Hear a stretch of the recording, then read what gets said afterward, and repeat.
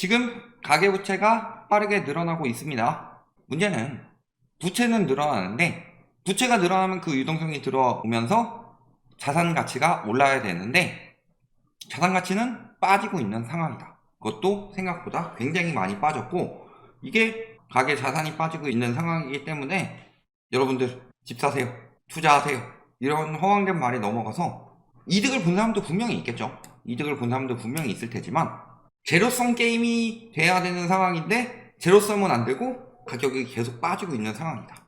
이런 것들을 봐야 되겠죠. 자, 그래서 가계부채 늘어나고 있다는 이야기는 굉장히 많이 들리죠. 주담대가 지금 넉 달 새 20조 원이 급증을 했다. 또 4월, 5월, 6월, 7월 해가지고 계속 집값 오릅니다 해가지고 부추겼죠. 2월에 특례 풀고 나서.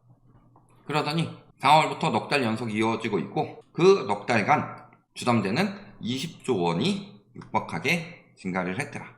최근에 그러고 있는 상황이고 그 전에 가계부채가 잠깐 빠지긴 빠졌어요. 2022년에 가계부채가 잠깐 빠지긴 했는데 가계부채는 조금밖에 안 빠졌는데 자산은 얼마나 빠졌냐. 주택 시가총액. 작년 주택 시가총액이 343조가 증발을 했다고 합니다. 그러니까 가계부채는 조금 줄었는데 자산은 어마어마하게 일었다는 소리죠. 부채가 늘면 이자도 많이 나옵니다. 이자도 많이 나오는 상황인데 그래서 부담은 커졌는데 가격은 어마어마하게 빠졌다는 소리고 이게 어느 정도 수준이냐? 주거용 건물과 부속 토지까지 합쳐서 342조 8천억이 증발을 했는데 IMF 이후 역대 두 번째 감소. 즉 2008년 글로벌 금융위기 때는 주택 가격이 떨어졌더라도 언제까지요? 2013년까지 떨어졌더라도 시가총액은 올랐다. 왜냐면요 시총이 하락하는 일이 굉장히 드문 이유가 계속 공급이 이루어지잖아요. 예를 들어서 기존의 시총이 6,209조였다 원래. 그래서 얘가 집값이 떨어지면서 한 6,000조까지 빠졌어요. 기존에 있던 것들이. 근데 새로 짓는 아파트가 한 300조가 들어와. 그래서 시가총액은 6,300조. 이런 식으로 되면서 집값이 떨어져도 시가총액은 웬만하면 안 떨어졌는데 작년에 코로나 거품 쭉 빠지면서 시가총액이 342조나 빠졌다는 거죠. 가계자산이 342조가 빠졌다는 겁니다. 비정상적인 거품은 뭘로 쌓았어요? 부채로 쌓았죠. 그래서 부채를 받아가면서 집을 사도록 어마어마하게 유도를 했죠. 영끌 오적을 비롯한 많은 언론, 그 다음에 유튜버, 그 다음에 전문가라는 작자들, 뭐 고모 교수님, 뭐 권모 교수님, 또 신모 교수님, 뭐 이런 사람들 굉장히 사라고 이야기를 많이 했는데 어마어마하게 사도록 유도를 했는데 결국에는 가계부채는 늘어났는데 자산은 빠진 거죠.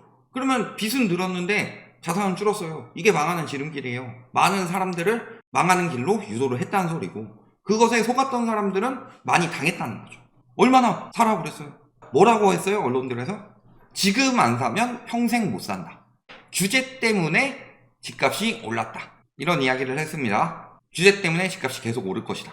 그리고 2020년 10월이죠. 전세난에 집값이 들썩했다. 이 전세난이 왜 났어요? 저금리 때문에 났다고 그랬었는데 언론에서는 무엇 때문이라고 포장을 했다? 임대차 3법 때문에 전세값이 폭등을 했다. 그래서 집값을 올렸다. 문재인 정부는 규제를 해서 집값을 올리는 정부이다. 이런 식으로 계속 세뇌를 시켰죠. 가스라이팅을 시켰죠.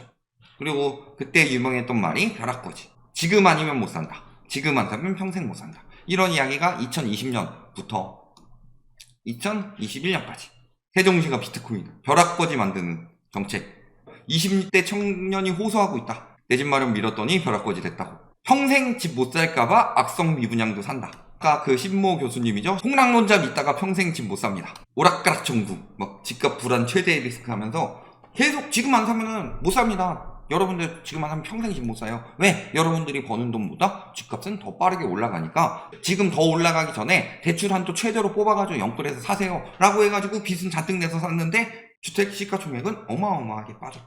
올해도 빠지고 있는 중이고. 그러니까 생각을 해보세요. 한 가게라고 생각을 해봅시다. 빚은 늘었는데 자산이 빠졌어요. 이 가구는 지금 굉장히 힘든 거죠. 그러니까 이게 모든 가구를 합쳤을 때 이렇게 나온 상황이니까 누군가 돈 벌었다고 하면서 벌어가지고 빼간 것도 있어요. 그러면은 실질적으로 모든 가게들이 겪는 고통이 얼마나 심해졌겠냐. 저런 식으로 부추기는 언론의 기사로 인해서.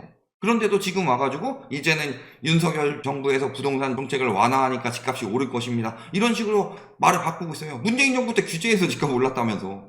그리고 이렇게 빚이 늘었는데 자산이 빠졌다는 것 자체가요, 경제에 굉장히 안 좋은 신호예요. 어느 나라가 지금 그런 신호를 보이고 있냐.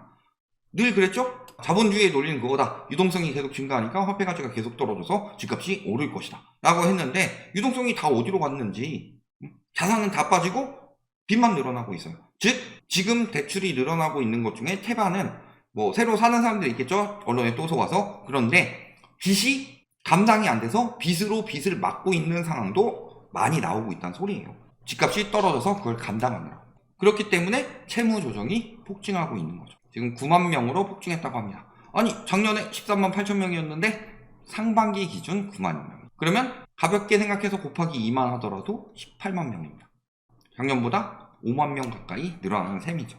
이런 것들을 생각해 보면요, 지금 집값 떠받치고 있는데 시가총액은 빠지고 있고 그러면서 빚만 계속 늘려가고 있어서 아마 올해 또 빠질 건데 당연히 고통은 길어질 수밖에 없는 거다. 이 부분에 대해서 계속 말씀을 드렸던 게, 우리 버핏 지수라고 들어봤죠. 버핏 지수 뭐예요? 거품이 많은지 안 많은지를 판단하는 지수. 그 버핏은 워렌 버핏의 이름을 딴 거죠. 그 버핏 지수가 뭐예요? 주식 시가총액을 GDP로 나눈 거죠. 이게 버핏 지수죠.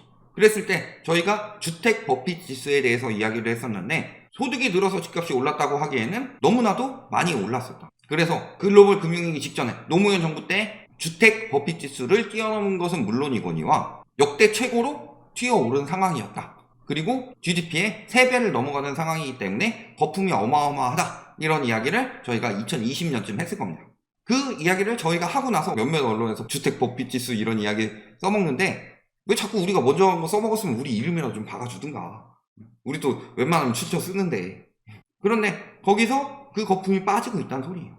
근데 문제는 자산이 빠지면서, 빚도 자산이니까 자산이 빠지면서 빚도 같이 빠져야 되는데 빚은 멀쩡한데 자산만 빠지고 있으니까 문제가 크다는 거죠. 그리고 이 사람들의 태반은 지금 파산까지 3년 이상 걸리는 사람들이 많다는 거죠.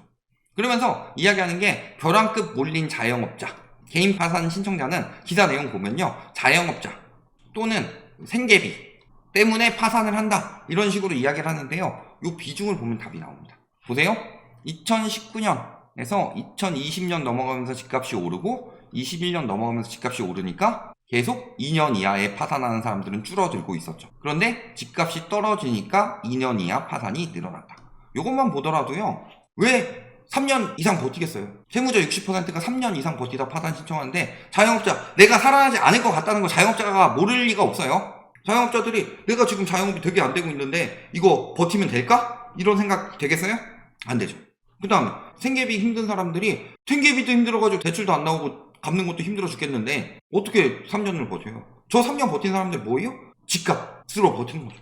영끌해가지고 샀는데 도저히 못 버티겠어. 그래서 파산 신청하고 싶은데 파산하면 집 날아가니까, 내 그 담보로 빌린 거니까. 그러니까 버티면서 그래도 버티면 집값 오르겠지 하다가 못 버텨서 파산한 거잖아요. 3년 이상 버틴 사람들의 태반은 그런 상황이지. 무슨 자영업자랑 생계비가 3년 이상 버티기가 얼마나 어려운데. 그 사람들은 실시간으로 돈이 까이는 거고, 주택 때문에 영끌하는 사람들은요, 이자만 계속 까이는 거라서 어떻게든 버텨보려고 하고 3년 이상 버티는 게 그런 거예요. 그거는 요 비중만 봐도 나온다. 그러니까 집값 떨어지니까 다시 늘어난 거예요. 3년 이상 못 버티는 사람들이. 그리고 빚을 못 갚고 있죠. 빚더미에 오른 2030. 이야기하는 거 보면요, 20대 이하 연령층의 주택담보대출 연체율은 사상 최고치다. 잔액도 5년 전에 비하면 2배 넘게 불어났다. 20대들이요, 집을요, 내 집 마련을 했을 가능성은 그렇게 크지 않습니다. 대부분 투자 형식으로 산 거죠. 투자 형식으로 샀는데, 왜냐면 집값 계속 오른다고 하니까. 20대 이하도 그 붐에 어떻게든 돈 좀 벌어보려고 샀는데 연체가 계속 늘어나고 있고 잔액도 어마어마하게 늘어났다는 거죠. 그러면서 이야기하는데, 빚더미에 오른 2030 이야기가 여기서 지금 대출 받아서 금리가 낮았는데 이자가 늘어서 힘들다, 요것도 있지만요, 지금 일자리 이야기를 많이 하고 있죠. 이자가 올라가도 괜찮아요, 돈을 잘 벌면. 근데 청년층이 일자리를 구하기가 힘들어졌다는 소리예요. 이거는 보면 답이 나옵니다. 자, 문재인 정부 때 노인만 고용한다고 그렇게 이야기 많이 했었는데 윤석열 정부가 더 심각하다라는 거죠.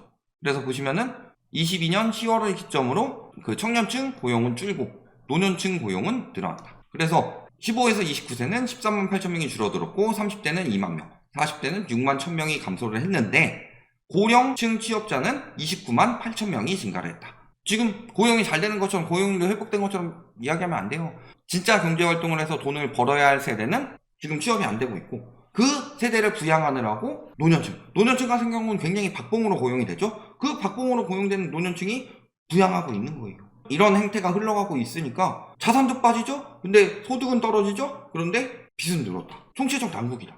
그러니까 건수만 잡으면은 어마어마하게 부추긴다고 했죠. 그러니까 코인도 마찬가지였고 주식도 마찬가지였죠. 최근에 초전도체 이전에 붐이었던 거 뭐가 있었어요? 성장 가능성에 비해서 좀 과도하게 올라가고 있다. 성장은 분명히 될 수 있는 가치 있는 주식이지만 사람들이 이것도 밈 코인처럼 너무 많이 몰려가지고 좀 거품이 쌓인 것 같다. 그래서 닷컴 버블 때랑 비교했다. 그게 2차 전지죠. 그리고 2차 전지가 보름 새 30조가 증발했다고 합니다. 그러니까 2차 전지도 분명히 경고 드렸어요. 닷컴 버블처럼 너무 가치에 비해서 빠르게 올라가고 있다. 종가가 최대 30% 줄었고 시총은 30조가 증가를 했다. 그러니까 장난질을 당하고 있는 거예요. 물론 가치가 있어서 뜨는 부분 언젠가는 저만큼의 가치를 할 수도 있습니다. 마이크로소프트 같은 경우 닷컴 버블 때 떴다 꺼졌다고 하더라도 지금 훨씬 더 성장이 있어요. 그런데 미래의 가치를 보고 성장할 것이다 라고 생각을 해가지고 현재 가치보다 비싸게 주고 살 이유는 없더라. 그게 지금 나오고 있는 거고. 저번에 저희 2차 전지 영상 올렸을 때 악플 얼마나 많이 달렸어요. 네가 2차 전지에 대해서 뭘 하냐. 근데 2차 전지만 보는 사람들은 그렇게 되겠죠. 코인 때도 마찬가지 이야기 나왔었고 네가 코인에 대해서 뭘 하냐, 블록체인 기술을 아냐. 근데 저는 늘 똑같은 이야기를 하지만요, 니들이 경제에 대해서 뭘 알아. 저런 식으로 해가지고 부추겨서 항상 거품 끼고 빠지는 거 니들이 출입 버블을 알아 아니면은 닷컴 버블을 알아 그런 걸 공부를 하고서 했냐 라는 거잖아요. 그래서 이런 이야기가 나오고 있습니다. 파국이 커지는 가계부채. 지금 시장의 요구는 가계부채를 걷어내지 말고 거품을 더 높게 쌓아달라고 이야기를 하고 있는데 역사적으로 가계부채가 우리보다 낮은 수준에서 일본과 미국이 최악의 부동산 버블 붕괴를 경험했다. 저희가 하는 이야기 그대로 지금 함축돼서 이야기했던 거예요. 저희가 3년 동안 했던 이야기 중에서 좀 핵심적인 부분들 뽑아가지고 함축적으로 이야기를 하고 있는 거죠. 이러한 구조조정을 총선 등의 정치 일정을 이유로 지체하게 되면은 부실이 금융권 전체로 확대되어서 더 이상 손쓸 수 없게 된다. 그러니까 총선 때까지 버틸 수 있느냐? 못 버틸 것 같아요. 그러니까 이번에 정부에서도 도저히 안 되니까 주담대 규제 이야기를 하는 거고 이런 것들 보시면은 답이 나오고 있는 거죠. 지금 자산은 빠졌고 빚은 늘었고 그러면 소득이라도 늘어야 되는데 실질 소득도 빠지고 있고 특히 돈 버는 사람들은 은퇴에도 늦지 않은 나이 드신 분들이 벌고 있고 청년층들은 양질의 일자리가 나오고 있지 않다. 이런 총체적 난국인데 그럼에도 집값은 오른다요? 여기까지 말씀드리겠습니다.